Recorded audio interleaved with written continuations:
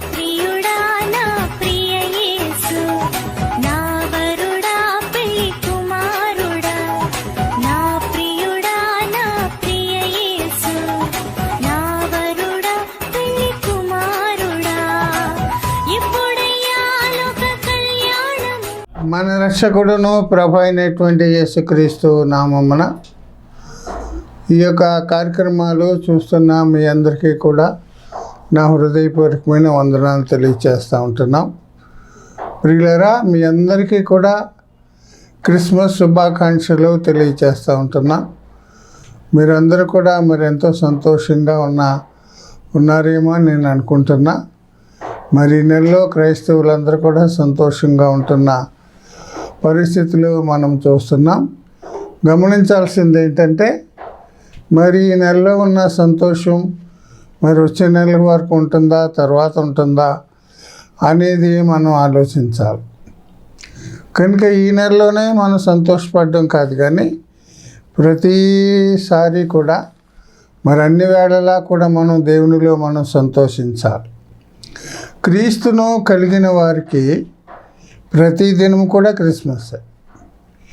క్రీస్తును కలిగిన వారు ప్రియులరా అన్ని వేళలందు అన్ని పరిస్థితుల్లోనూ కూడా దేవుని స్తుతించేవారిగా ఉంటారు.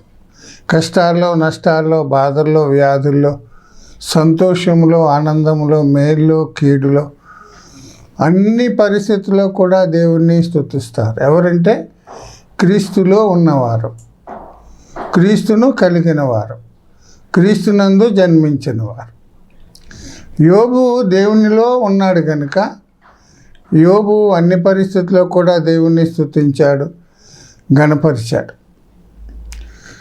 కనుక మరి ఈనాడు క్రిస్మస్ నెలలో ఉంటున్నాం మనము. ఒక భక్తుడు ఏమని పాడాడంటే, క్రీస్తు జన్మించే లోకాన అందరికీ, క్రీస్తు ఉదయించే హృదయాన ఎందరికీ. లోకంలో క్రీస్తు పుట్టాడు, కానీ మరి ఎంతమంది హృదయాల్లో క్రీస్తు ఉన్నాడు, ఎంతమంది క్రీస్తులో జన్మించారు అనేది మనం ఆలోచించాలి.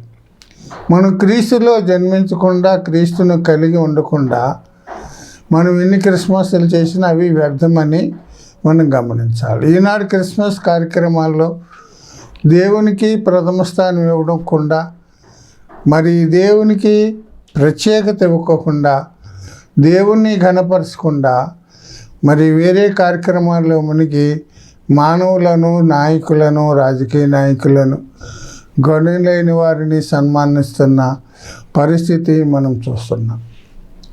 ఆయన నామమునకు తగిన ఘనత మనం క్రిస్మస్ కార్యక్రమాల్లో జరిగించాలి.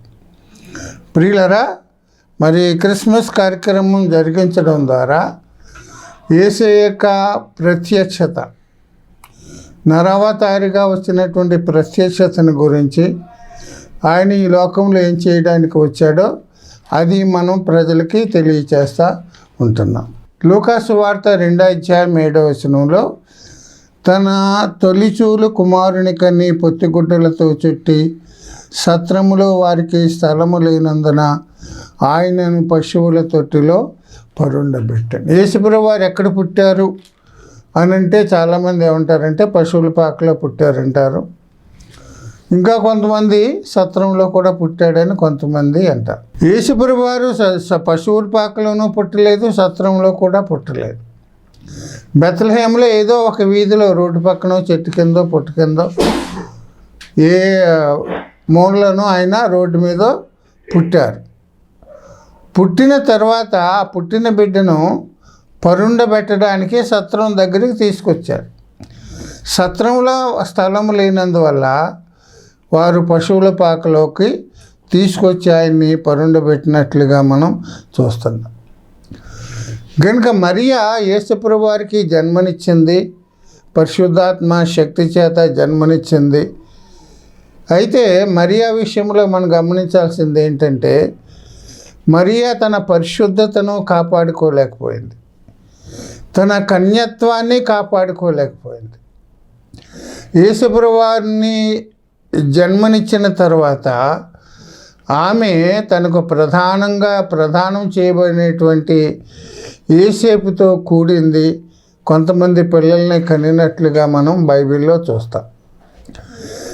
జీవితాంతం కూడా ఆమె కన్యత్వాన్ని కాపాడుకుంటూ పరిశుద్ధంగా ఉంటే ఆమెను ఒక ప్రత్యేకమైనటువంటి వ్యక్తిగా మనం చూడడంలో తప్పులేదు. తన కన్యత్వాన్ని పోగొట్టుకున్న పరిస్థితులు అదే చెప్తాడు. తన తొలిచూలు కుమారుని కని, తన తొలిచూలు కుమారుడు మలిచూలు కుమారుడు ఎప్పుడు వచ్చాడంటే యోసేపు ద్వారా మలిచూలు కుమారుడు వచ్చారు. తొలిచూలు కుమారుడు పరిశుద్ధాత్మ శక్తి చేత వచ్చినట్లుగా మనం చూస్తాం. కనుక ప్రియులరా, యేసయ్య ఆయన పుట్టినప్పుడు ఆయనను పరుండబెట్టడానికి సత్రములో స్థలం లేదు, పశువుల పాకలో ఆయన్ని పరుండబెట్టినట్లుగా మనం చూస్తాం. సత్రం అంటే అర్థం ఏంటంటే, ఈ రోజుల్లో హోటల్స్ ఎలాగైతే ఉన్నాయో, రెస్టారెంట్లు హోటల్స్ ఎలాగైతే ఉన్నాయో ఆ దినాల్లో సత్రాలు ఉండేవి. ప్రభుత్వం నిర్వహించేది ఆ సత్రాల్లో. మరి ఆయా ప్రాంతాల నుండి, ఆయా గ్రామాల నుండి వచ్చిన వారు ఆ సత్రంలో ఉండి వసతి కల్పించి, వారికి భోజనాలు కల్పించి, మరి ఆ సత్రంలో ఒక రోజు ఉండి లేకపోతే రాత్రి ఉండి వెళ్ళిపోయిన పరిస్థితులు. ఇదంతా ఫ్రీ ఆఫ్ కాస్ట్గా ఉండేది. కనుక సత్రంలో స్థలము లేదండి. సత్రం అంటే అనేక రకాలైన ప్రజలు సత్రంలోకి వస్తారు. ఒక జాతి వారు కాదు, కానీ లోకంలో ఉండే అనేకమైనటువంటి ప్రజలు సత్రంలోకి వస్తారు. సత్రములో స్థలము లేదంటే ఆయనకి ప్రియులరా, లోకములో స్థలము లేకుండా పోయింది. లోకములో ఆయనకి స్థలము లేదు గనుక లోకాన్ని ఆయన దేవుడు లోకమును ఎంతో ప్రేమించాడు. తన కుమారునిగా పుట్టిన వాని యందు విశ్వాసం ఉంచేవాడు అంటున్నాడు. లోకంలోకి ఆయన తన కుమారుని పంపించాడు, జనదైక కుమారుని పంపించాడు. లోక పాపమును మోసుకొని పోవు దేవుని గొర్రె పిల్ల అన్నాడు. లోక పాపాన్ని మోసుకొని పోయి మనందరి పాపముల నిమిత్తము ప్రియులరా యొక్క గొల్గొతా కొండ వెళ్ళి యెరూషలేము వీధిలో ఆ యొక్క భారమైన సిలువను మోస్తూ ఎర్రటి ఎండలో తన ఎర్రటి రక్తాన్ని చీల్చుకుంటూ యెరూషలేము వీధుల గుండా ప్రయాణం చేస్తూ గొల్గొతా కొండ ఎక్కి ప్రియులరా ఉదయం 9 గంటలు మొదలుకొని మధ్యాహ్నం 3 గంటల వరకు కూడా ఆయన సిలువ వేదన భరించి తన రక్తాన్ని చిందించి తన ప్రాణం ఇచ్చి మనలకి గొప్ప రక్షణను దేవుడు మనకి ఇచ్చాడు. లోక పాపములు మోసుకొని పోవు దేవుని గొర్రెపిల్లకి లోకంలో స్థలం లేదు. కానీ లోకం ఏం చేసిందంటే, లోకం ఆయన్ని ద్వేషించింది, లోకం ఆయన్ని తృణీకరించింది, లోకం ఆయన్ని నిరాకరించింది. నువ్వు మాకు అక్కర్లేదని చెప్పి ప్రియులరా, లోకము ఆయన్ని ఎన్నో రకాలుగా మాటలు పలికినట్లుగా నువ్వు పిచ్చోడు అన్నారు, లోకం నువ్వు తాగుబోతావన్నాడు, నువ్వు తిండిపోతావన్నారు, నువ్వు దయ్యం పట్టినవాడు అన్నారు. ప్రియులరా, ఆయన్ని రాళ్లతో కొట్టి చంపాలని ప్రయత్నం చేశారు, ఆయనను కొండ మీద నుండి పడేయడానికి ప్రయత్నం చేశారు. చివరకు లోకం ఏం చేసిందంటే ఆయనను సిలువకు అప్పగించింది. విశేషం ఏంటంటే, ఆయన లోకాన్ని ఎంతగా ప్రేమించాడో లోకం అంతగా ఆయనను ద్వేషించాడు. కనుక ఆయన లోకం కోసం ప్రాణం పెట్టినటువంటి పరిస్థితుల్లో, లోకమంతా కూడా పాప భూయిష్టం ఉన్నటువంటి పరిస్థితుల్లో పాప పరిహారము నిమిత్తము ప్రియులరా ఆయన శిలువ మరణం, శిలువ యాగము చేసినట్లుగా మనం చూస్తున్నాం. సత్రములో ఆయనకి స్థలము లేదు. లోకం ఆయన్ని ద్వేషించదు, లోకం ఆయన్ని చేర్చుకోలేదు, లోకం ఆయనకి స్థలం ఇవ్వలేదు. పరుండు పెట్టడానికి శిశువుగా ఉన్నప్పుడు లోకంలో ఆయనకి స్థలము లేనట్లుగా మనం చూస్తున్నాం. పెరిగి పెద్దవాడయ్యాడు, శిశువుగా ఉన్నప్పుడు స్థలము లేదు, పెరిగి పెద్దవాడయ్యాడు. పెద్దవాడైన తర్వాత ఏమంటాడంటే లోకాసు వార్త 9:58 అందుకు యేసు నక్కలకు బొరియలను ఆకాశ పక్షులకు నివాసములు కలవు, కానీ మనుష్య కుమారునికి తలవాల్చుకొనుటకు స్థలము లేదని అతనితో చెప్పాను. పెద్దవాడయ్యాడు ప్రియులారా, నడివయసు వచ్చింది. మనుష్య కుమారునికి తలవాల్చుకోవడానికి స్థలం లేదు. ప్రియులారా, ఈనాడు ఆయన లోకంలోకి వచ్చి ఏమీ సంపాదించుకోలేదు. ఒక ఇల్లు కానీ, పొలము కానీ, ఆస్తి కానీ, ధనము కానీ ఏది కూడా ఆయన తన కోసం ఏది కూడా సంపాదించుకోలేదు. ఆయన ఏదో మత ప్రచారం చేయడానికి రాలేదు, ఏదో మతాన్ని స్థాపించడానికి రాలేదు. కానీ ప్రియులరా, ఆయన పాపము నుండి మనల్ని విడిపించడానికి ఆయన ఈ లోకానికి వచ్చాడు. ఆ లోకానికి వచ్చిన ఆయనకి ఈనాడు తలవాల్చుకోవడానికి స్థలము లేదు. నక్కలకు బొరియలు ఉన్నాయి, ఆకాశ పక్షులకు గూళ్ళు ఉన్నాయి, కానీ మనుష్య కుమారుడు తలవాల్చుకొనుటకు స్థలము లేదు. గనుక ఆయన లోకంలో ఏమీ సంపాదించుకోలేదు తన కోసం. కానీ ఆయన ఎక్కడ తలవాల్చాడు అని బైబిల్ చెప్తుందంటే, ఆయన పగలస్మాను కూడా సువార్త చెప్పేవాడు. రాత్రంతా కూడా ఆయన ఆ ఒలీవల కొండకు వెళ్ళి ప్రార్థన చేసేవాడు. ఇంకా ఆయనకి విశ్రాంతి తీసుకోవడానికి సమయం లేదు. పగల బాధ, రాత్రి ప్రార్థన. ఆయన ఎక్కడ తలవాల్చాడంటే ప్రియులరా, మార్కు సువార్త 4:38 ఆయన శిష్యులు కూడా ఆ యొక్క గలిలీ సముద్రం మీద ప్రయాణం చేస్తూ ఉంటున్నప్పుడు 4:38 ఆయన ధోని అమరమున తలగడ మీద తలవాల్చుకొని నిద్రించుచుండాను. ధోని అమరము మీద ప్రయాణం చేస్తూ ఉంటున్నప్పుడు, ఆ గలిలీ సముద్రం మీద ప్రయాణం చేస్తూ ఉంటున్నప్పుడు ధోని అమరము మీద తలవాల్చుకొని నిద్రిస్తున్నాడు. లోకంలో మనిషి కుమారునికి తలవాల్చుకోవడానికి స్థలం లేని పరిస్థితుల్లో ఆయన ధోని అమరం మీద ప్రియులరా, భయంకరమైనటువంటి శబ్దంలో, సముద్రపు హోరులో అలలు ఎగసిపడుతున్న పరిస్థితుల్లో, అల్లకల్లోలంగా ఉన్నటువంటి ఆ సముద్రం మీద ఉన్నటువంటి ధోనిలో ఆయన తలవాల్చుకొని నిద్రిస్తున్నట్లుగా మనం చూస్తాం. ఈ విధంగా ఆయన తలవాల్చుకున్నాడంటే మొదటిగా ఇది శరీర సంబంధంగా తలవాల్చాడు. శరీర సంబంధంగా ధోని అమరు మీద తలవాల్చాడు. ఆత్మ సంబంధంగా కూడా ఆయన తలవాల్చినట్లుగా మనం బైబిల్లో చూస్తాం. గమనించండి, యోహాను సువార్త 19:30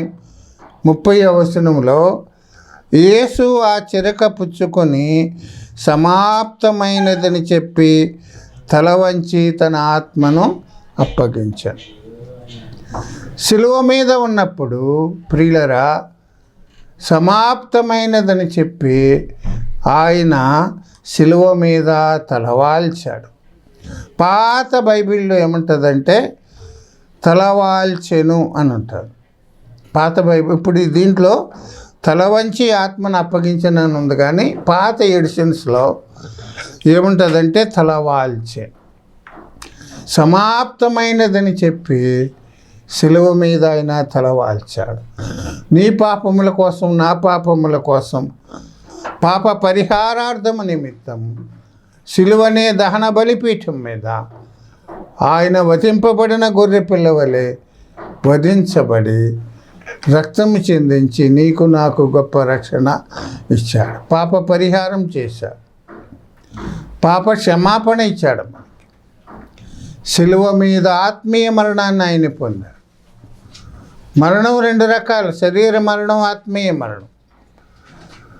గనుక ప్రియులరా, నీవు నేను ఆ రెండో మరణానికి వెళ్ళకుండా ఆయన శిలువ మీద తలవాల్చినట్లుగా మనం చూస్తున్నాం. మంచిది. ఇప్పుడు ఆయనకి స్థలం ఇస్తే మనకు కలిగే ప్రయోజనం ఏంటి చూడండి. యోహాను సువార్త 14:2 యేసుప్రభువు వారు చెప్తున్న మాటలు, మీకు స్థలము సిద్ధపరచ వెళ్ళుచున్నాను, నేనుండు స్థలములో మీరును ఉండులాగున మరలా వచ్చి మిమ్మును తీసుకొని పోతాను. పరలోకములో ఆయన మనకి స్థలాన్ని సిద్ధపరుస్తున్నాడు. నీ కోసం నా కోసం నువ్వు పరలోకములో ఉండాలి, ఆయన ఉండే స్థలంలో మనం ఉండాలని చెప్పి మన కోసం స్థలాన్ని అది ఎవరికంటే ఆయనకి ఎవరైతే స్థలం ఇచ్చారో, ఎవరైతే ఆయన హృదయంలో చేర్చుకున్నారో, ఎవరైతే ఆయనను కలిగి ఉన్నారో వారికి పరలోకంలో స్థలాన్ని సిద్ధపరుస్తున్నాడు. కనుక అటువంటి స్థలంలోకి వెళ్ళిన వారు, అది నెమ్మది కలిగినటువంటి స్థలం, ఆయన ఉండే స్థలంలో మనం ఉండాలని చెప్పాడు. ఆయనకి భూమి మీద ఉండగానే మన ప్రాణం పోకుండానే ఆయన్ని మనం చేర్చుకుంటే, ఆయనకి స్థలం ఇస్తే ఆయన ఉండే స్థలంలో మనము ఉంటాం. ఒకవేళ ఆయనకు స్థలం ఇవ్వకుండా ఉంటే జరిగే పరిస్థితి ఏంటంటే, ప్రియులరా, ధనవంతుడు ఎక్కడైతే ఉన్నాడో, ధనవంతుడు లాజరు గురించి మనకు తెలుసును. లాజరు భూమి మీద ఉన్నప్పుడు కురుపులతో ఉన్నాడు, ఆకలితో ఉన్నాడు, దరిద్రంతో ఉన్నాడు, ఆయనను కలిగి ఉన్నాడు. ఆయనను కలిగినటువంటి లాజరు ఎక్కడ ఉన్నాడంటే నెమ్మది గల స్థలాల్లో అబ్రహాము రొమ్మున ఆనుకొని ఉన్నాడు. అది ఆయన ఉండే స్థలము ఇవ్వనటువంటి ధనవంతుడు ఎక్కడున్నాడంటే పాతాళములో బాధపడుచు, ప్రియులరా, అగ్నిలో మరి కేకలు వేస్తూ ఉంటున్నాడు. బైబిల్ ఏం చెప్తుందంటే అది వేదనకరమైన స్థలము. లాజరు నెమ్మది గల స్థలాల్లో ఉన్నాడు, దేవునికి స్థలం ఇచ్చి. ధనవంతుడు దేవునికి స్థలం ఇవ్వకోకుండా వేదనకరమైన స్థలములో ఉన్నాడు. అగ్ని ఆరదు, పురుగు చావదు. నువ్వు వేసే కేకలు నీ తల్లి కానీ, నీ భర్త కానీ, నీ తండ్రి కానీ, నీ భార్య కానీ, నీ బంధువులు కానీ ఎవరు కూడా వినరు, పట్టించుకోరు. అయ్యో అయ్యో నీ కేకలు ఆ స్థలంలో వినపడుతూ ఉంటాయి. ఎవరు కూడా నిన్ను రక్షించలేరు. కనుక నీవు ఈ మాటలు వింటున్నా, నీవు ఎక్కడికి వెళ్ళాలో ముందు ఇక్కడ ఉండగానే నీవు నిర్ణయము చేసుకోవాలి. భూమి మీద ఉండగానే నువ్వు వేదనకరమైన స్థలంలోకి వెళ్తావా, నెమ్మది గల స్థలంలోకి వెళ్తావా, ఆయన ఉండే స్థలంలోకి వెళ్తావా అనేది భూమి మీద ఉండగానే నీవు నిర్ణయం తీసుకోవాలి. చనిపోయిన తర్వాత ఇంకా నీకు బోధ ఉండదు, వాక్యం ఉండదు, చెప్పేవాళ్ళు ఉండరు. ఈనాడు చాలామంది చనిపోయిన తర్వాత బోధిస్తారు, వాక్యం చెప్తారు అంటున్నారు. కానీ చనిపోక ముందు నీవు ఒక నిర్ణయం తీసుకో. ఆయన ఉండే స్థలంలో నీవు ఉండాలంటే ఆయనకు నీవు స్థలం ఇవ్వాలి. గమనించండి ప్రియులరా, ఆయన్ని హృదయంలో చేర్చుకొని ఆయన నీ సొంత రక్షకునిగా అంగీకరించి నీ పాపములు ఒప్పుకొని పశ్చాత్తాపపడి మారు మనసు పొంది తండ్రి యొక్కయు కుమారుని యొక్కయు పరిశుద్ధాత్మకి నామమున బాప్తీసం పొందితే ఆయన ఉండే స్థలంలో నీవు. గమనించండి ప్రియులరా, ఆయనకి స్థలం ఇవ్వాలి. ఆయనకి స్థలం ఇచ్చిన వాళ్ళు ఎక్కడున్నారో కొంతమందిని మనం చదువుదాం. పొట్టి జక్కయ్య గురించి మనకి తెలుసును. పన్ను వసూలు చేసేవాడు, గవర్నమెంట్ వేసేదానికంటే ఎక్కువ వసూలు చేసేవాడు. ప్రజలందరూ కూడా ఆయన జక్కయ్య జక్కయ్య అని పిలిచేవారు కాదు, పాపి అని పిలిచేవారు. ఒకసారి యేసయ్యని చూడాలని అనుకున్నాడు, చెట్టు ఎక్కాడు. చెట్టు కింద ఉన్నటువంటి యేసయ్య పేరు పెట్టి పిలిచాడు. యేసయ్య ఏమన్నాడో తెలిసిన, నేడు నేను నీ ఇంట ఉండవలసి ఉన్నదని చెప్పాడు. జక్కయ్య ఏం చేశాడంటే త్వరగా చెట్టు దిగి ఆయనను తన ఇంటిలో చేర్చుకున్నాడు. గమనించండి, పరిశుద్ధుడైనటువంటి దేవుడు జక్కయ్య ఇంటిలో ప్రవేశించినప్పుడు జక్కయ్యలో ఉండేటువంటి అపవిత్రత అంతా కూడా కనపడింది. పరిశుద్ధుడు ఆ ఇంటిలో అడుగు పెట్టినప్పుడు జక్కయ్య యొక్క అపవిత్రత కనపడి, అయ్యో నేను ఎంత పాపం చేశానని చెప్పి జక్కయ్య ఏమన్నాడంటే, అయ్యా నా ఆస్తిలో సగం బీదలకు ఇస్తున్నాను, నేను ఎవరి దగ్గరైనా అన్యాయంగా తీసుకుంటే 4 గంటలు ఇస్తానని తను చేసిన అక్రమాలు, అన్యాయాలు, మోసాలు అవన్నీ కూడా దేవుని దగ్గర ఒప్పుకున్నాడు. దేవుని పరిశుద్ధతలో మనం నిలిచినప్పుడు మన అపవిత్రత కనిపిస్తుంది. అప్పుడు మనం మన పాపాలని ఒప్పుకోవడానికి ఇష్టపడతాం. యేసయ్య ఆ ఇంటిలో అడుగు పెట్టినప్పుడు ఆ ఇంటిలో ఉండే అపవిత్రత కనపడింది. జక్కయ్య వెంటనే ఒప్పుకున్నాడు. యేసుప్రభువు వారు ఏమన్నారంటే, ఇతడును అబ్రహాము కుమారుడే. నేడు ఇంటికి రక్షణ వచ్చింది. పాతాళంలోకి వెళ్ళిపోవలసినటువంటి జక్కయ్య అన్యాయం అక్రమం చేసి మోసం చేసి పాతాళంలోకి వెళ్ళవలసినటువంటి జక్కయ్య తన పాపములన్నీ కూడా ఒప్పుకొని దేవుని దగ్గర పశ్చాత్తాపం పొంది రక్షణలోకి నడిపించబడ్డాడు. అబ్రహాము కుమారుడిగా పిలువబడ్డాడు. ఆయన రొమ్మున ఆనుకోవడానికి వెళ్ళాడు. ప్రియులారా, ఈ మాటలు వింటున్నాను, నీవు అదే స్థితిలో ఉన్నావేమో. ఇప్పుడైనా మార్పు పొందడానికి ప్రయత్నము చేయాలి. రెండో వారు ఎవరంటే ప్రియులారా, యేసయ్యను సిలువ వేసేటప్పుడు ప్రియులారా ఆయనతో పాటు ఇద్దరు దొంగలను కూడా సిలువ వేశారు. మొదటి దొంగ ఏమంటాడంటే, పరిసయ్యులతోటి శాస్త్రులతోటి వాళ్ళతో కూడి ఆయనను హేళన చేస్తున్నాడు. నీవు దేవుని కుమారుడు అయితే సిలువను మీద నుండి దిగు, మమ్మల్ని కూడా రక్షించమని ఆయనను హేళన చేస్తూ మాట్లాడుతున్నాడు. రెండవ దొంగ ఏమన్నాడంటే, అయ్యా ఇది మనకి న్యాయమే, మనం తప్పు చేశాం కనుక మనకి ఇది న్యాయమే, కనుక ఆయన ఏ నేరము చేయలేదు, ఏ నేరం చేయకుండానే సిలువ ఎక్కాడు. ఆయన్ని గూర్చి విన్నాడు, గతంలో ఆయన చెప్పిన బోధలు విన్నాడు, పరలోక రాజ్యం గురించి విన్నాడు, పాపం గురించి విన్నాడు, పశ్చాత్తాపం గురించి విన్నాడు.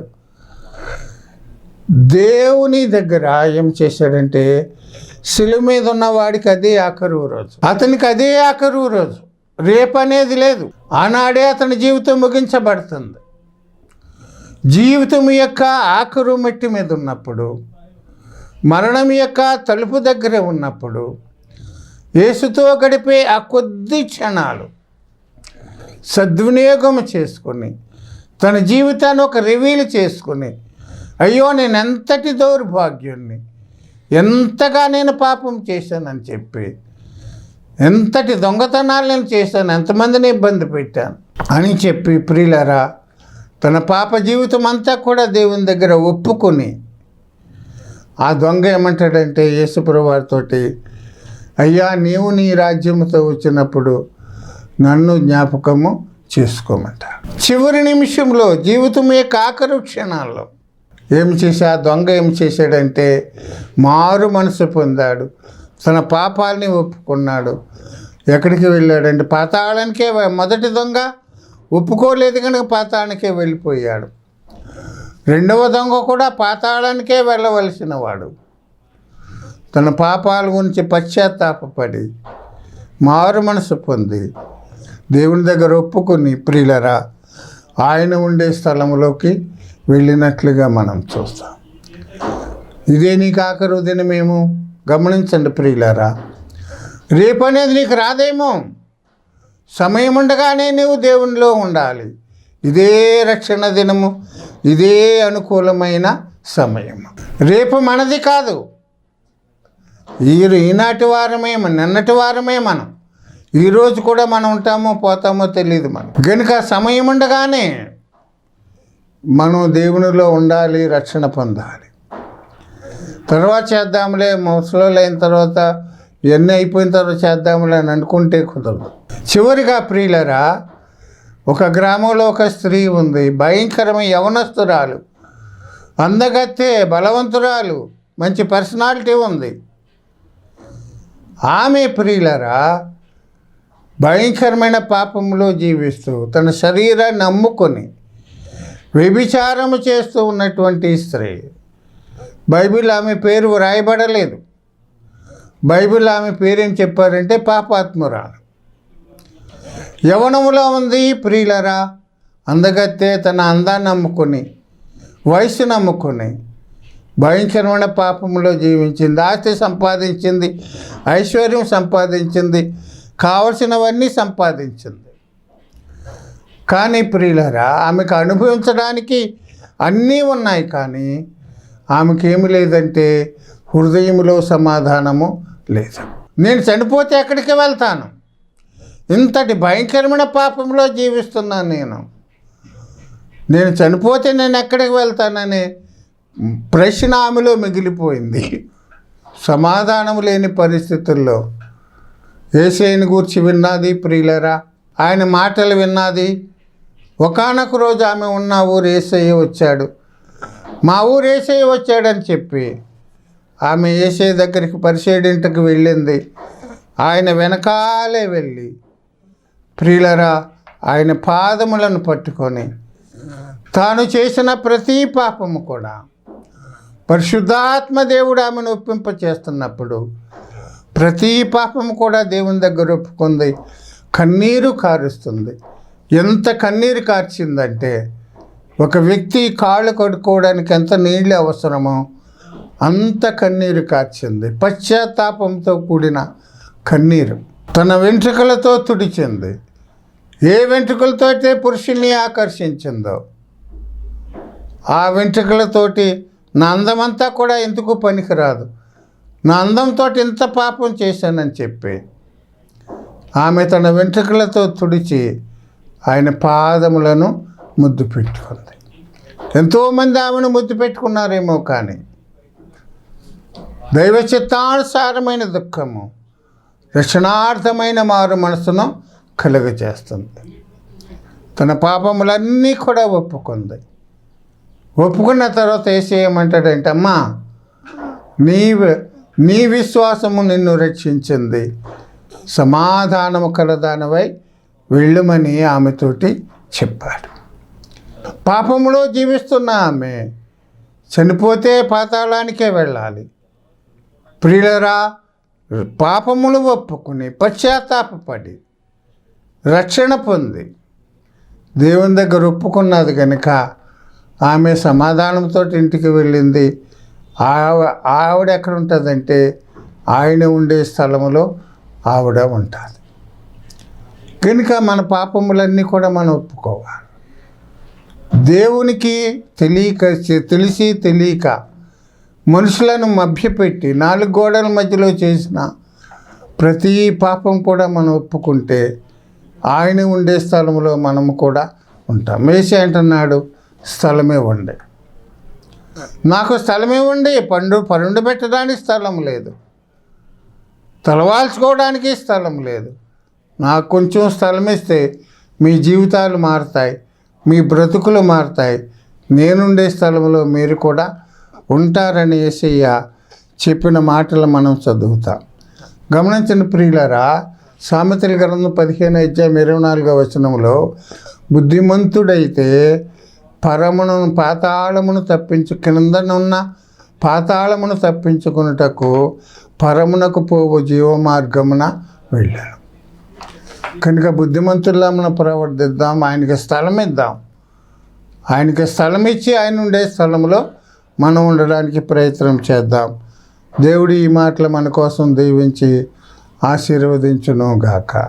ప్రార్థన చేద్దాం. జీవము కలిగిన మా పరలోక తండ్రి, నీ పరిశుద్ధ నామన స్తోత్రాలు. నీ కృప చేత ప్రేమ చేత ఇంతవరకు మాతో వివరంగా మాట్లాడారు, విస్తారంగా మాట్లాడారు.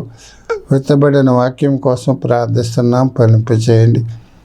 ఇంకా ఎవరు నీకు స్థలం ఇవ్వలేదో వారు నిన్ను చేర్చుకుని నీకు స్థలం ఇచ్చి నీ హృదయంలో మరి చేర్చుకుని ఆశీర్వదించబడిన వారిగా మీరుండే స్థలంలో వారు కూడా ఉండేలాగా సహాయం చేయండి. ప్రభువా, విత్తబడిన వాక్యానికి నీరు కట్టండి. వాక్యం ఉంటున్న వారందరినీ మీరు దీవించండి. క్రిస్మస్ కాలంలో క్రిస్మస్ ఆనందం మా జీవితం కాలమంతా కూడా ఉండడానికి సహాయం చేయండి. నీకు వందనాలు. క్రిస్మస్ కార్యక్రమాలన్నీ కూడా నీకు మహిమకరంగా జరగడానికి, ఆచార సంబంధంగా కాకుండా ఆత్మ సంబంధంగా కార్యాలు జరగడానికి సహాయం చేయమని, మరోసారి కలుసుకోవడానికి నీ కృప దయచేయమని యేసునామమును అడిగి స్తుతించి ప్రార్థిస్తున్నా మా తండ్రి. ఆమేన్. మీ అందరికీ నా హృదయపూర్వకమైన వందనాలు.